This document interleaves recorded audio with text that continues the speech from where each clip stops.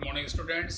Class 11th आपका जो chapter है मीरा, उसके आपको क्वेश्चन आंसर बताया, उसके अर्थ बताए और उसी से संबंधित कुछ क्वेश्चंस और हैं।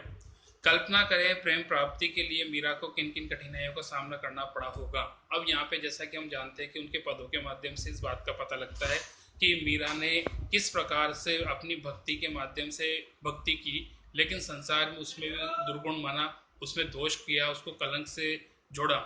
लेकिन फिर भी हम अनुमान कर सकते हैं कि उनके भक्ति के मार्ग में निम्न प्रकार की बाधाओं आई होगी। प्रेम मार्ग प्राप्ति के लिए या ईश्वर प्रेम की प्राप्ति के लिए मीरा को निम्नलिखित कठिनाइयों का सामना करना पड़ा होगा। सबसे पहले उन्हें घर में ही विरोध का सामना करना पड़ा होगा। उन पर पहरे बैठाए गए होंगे और घर से बाहर नहीं निकलने दिया होगा। जैसा कि आपको खुद को पता है कि राज दरबार से संबंधित रही और राज दरबार में पर्दा प्रथा बहुत बड़ी बात थी।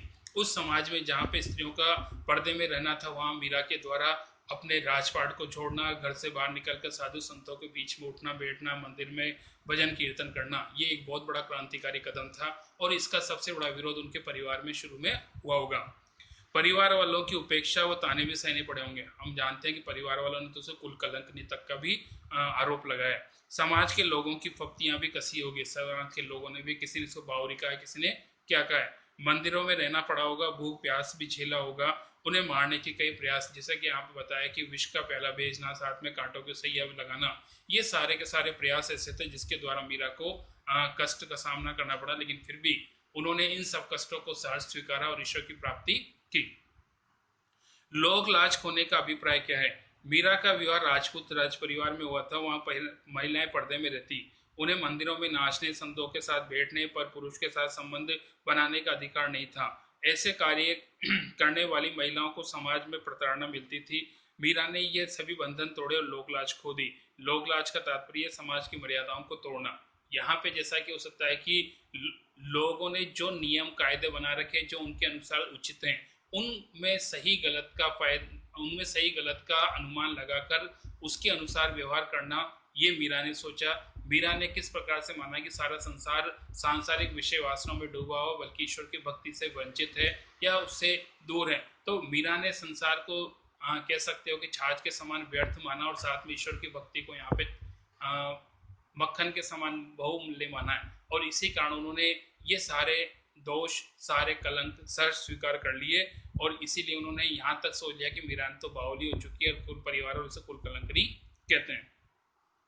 मीरा ने सहज मिले अविनाशी क्यों कहा है। मीरा का कहना है कि कृष्ण अनश्वर है, उन्हें पाने के लिए सच्चे मन से भक्ति करनी पड़ती है। इस भक्ति से प्रभु प्रसन्न होकर भक्त को मिल जाते हैं। हम खुद मानते हैं कि ईश्वर की भक्ति का सबसे बेहतर रूप वह है जब व्यक्ति तन मन धन से ईश्वर के प्रति समर्पित होता है। अगर कोई ईश्वर के प्रति अपने सारे मनोभाव को और तन मन धन से समर्पित हो जाता है तो उसकी प्राप्ति उसे हो जाती है। और मीरा ने यही किया। मीरा ने रातें, रिश्ते, सगे संबंधी सबका त्याग कर दिया, एकमात्र विश्वास ईश्वर पे रहा और इसी कारण मुझे मीरा को ईश्वर की प्राप्ति हुई। लोग कहे मीरा भाई भावरी न्यात के एक उल्लासी। मीरा के बारे में लोग तथा समाज और न्याय तथा कुटुंब की ऐसी धारणाएं क्यों हैं। समाज के लोग धन दौलत, सत्ता, जमीन आदि को सच मानते, जबकि मीरा सुख सुविधाएं छोड़कर गलियों में भटकती रहती थी। अतः वे उसे बावली समझते थे। अर्थात मीरा का ईश्वर के प्रति प्रेम होना, गलियों, मोहल्ले, समाज, मंदिर, इन सब में ईश्वर के भजन कीर्तन में डूबे रहना उसे बावली सिद्ध करते हैं।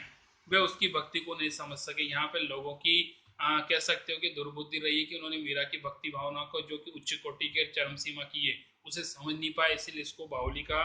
परिवार वालों का कहना था कि मीरा ने परिवार की मर्यादाओं का पालन नहीं किया। उसे पर्दा प्रथा न मानना, संतों के बीच में घूमना, मंदिरों में नाचना आदि कार्य सांसारिक धर्म को नहीं निभाना आदि किया। अतः वे कुल को विनाश करने वाली, कल को नाश करने वाली मानते हैं। समाज के में परिवार ने जो नियम बनाए थे, उन नियमों का उन्होंने विरोध किया और इन विरोध के कारण समाज वालों ने उनको कुल कलंकनी कहा, क्योंकि उसने अपने परिवार को ध्यान नहीं रखा। उनका एकमात्र परिवार अपने कृष्ण से, क्योंकि मीरा ने पहले कह दिया कि उनका पति तो वही है जो उनका सिर पे मोर मुकुट धारण करता है और बाकी सारे समाज उनके लिए छाछ के समान व्यर्थ है। नेक्स्ट क्वेश्चन, मेरे तो गिरधर गोपाल पद का भाव स्पष्ट कीजिए। इस पद में मीरा ने कृष्ण के प्रति अपने अन्यता और व्यर्थ के कार्य में व्यस्त लोगों के प्रति दुख प्रकट किया है। मीरा कहती है कि मोर मुकुटधारी गिरधर श्री कृष्ण उसके स्वामी है। कृष्ण भक्ति में उसने अपने कुल की मर्यादा भी भुला दी है। संतों के साथ बैठकर उसने लोकलाज खो दिए। आंसुओं से सींचकर अपने कृष्ण प्रेम की बेल बोई है। अब उसमें आनंद के फल उगने लगे। उसने दही में से घी निकालकर छाछ छोड़ दिया है। संसार की लोलुपता देखकर मीरा रो पड़ती है और वे कृष्ण से अपने उद्धार की प्रार्थना करती है। कुल मिला के मीरा ने भक्ति को प्राथमिकता दी है, सांसारिकता को निष्फल और व्यर्थ माना है। पग घुंघरू बांध मीरा नाची पद का प्रतिपाद्य।